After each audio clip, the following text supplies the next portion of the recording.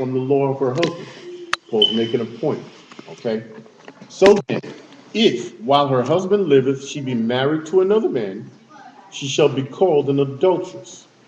But if her husband be dead, she's free from that law.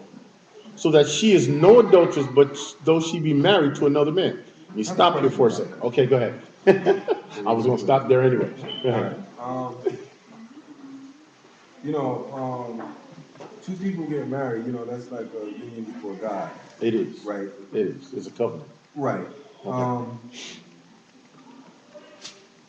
So why is it so simple that a piece of paper that can break that, like separate that, and it's no longer a union? It's all right to redo it.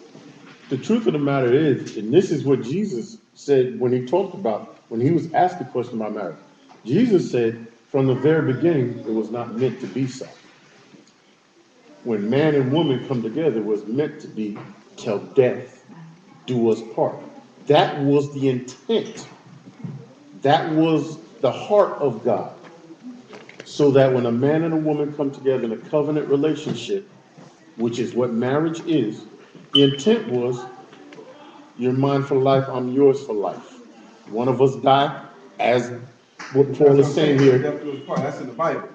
That's in the Bible. But he also said Moses permitted a script of divorce based upon one person committing adultery Right. or breaking the vow.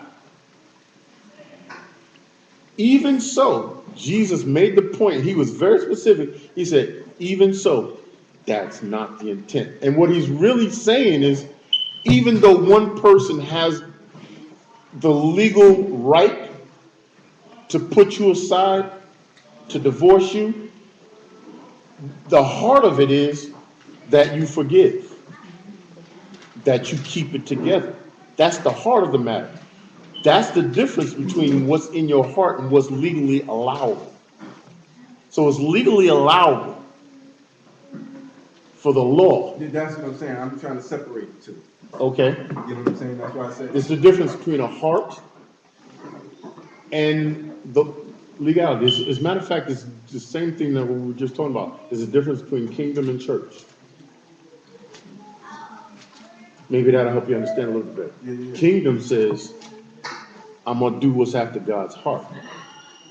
Church said, I'm going to do what the law requires.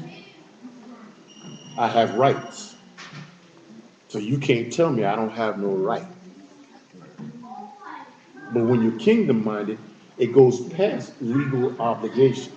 And that's what Paul is saying. That's what one of the reasons I'll stop here at the verse 4. What Paul is saying, and he's using the example of a husband and a wife or a covenant relationship, because that's really what your relationship with God is about. Covenant relationship. Covenant is so, and we talked about that, I think last year, we talked about covenants. How powerful covenant relationship is, and what can break it and what can't break it.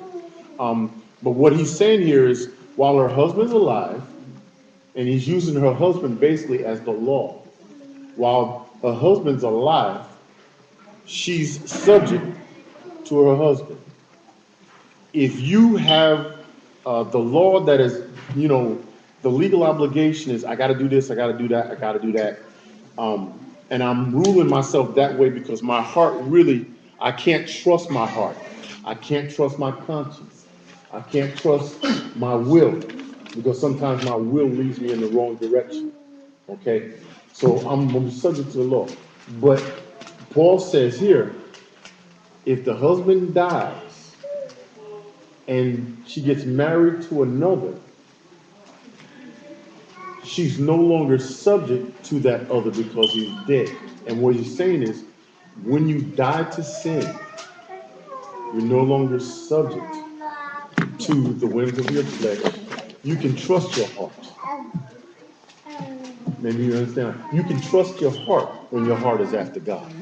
Sure can. When it ain't trust it. Right. And that's we used to have YPWW. We don't have it anymore. That was a Sunday night. Oh man, we had some sessions, but it was good though. It was good. one of the things that always came up in YPWW, year after year after year, people would ask the same, I don't say dumb questions, because I guess no question is dumb. But they would ask, and these are people that you say, look, how long you been in church? How long you been in Bible study? You still asking the same question? And one of the questions they would always ask is, can you trust your conscience? And the answer always is, no. You can't trust your conscience. Because your conscience is ruled by your flesh. You gotta let the Spirit of God cover you. Hey man, I'm on TV, I can't talk to you. It's okay. You can't trust your conscience. You can't say, my conscience convicted me. Because what if it doesn't convict you? Does that mean what you're doing is right? If you don't feel conviction, you can sear your conscience to the extent that you don't feel wrong in doing what you're doing. Because you do it so long and so many times that you have overridden your conscience.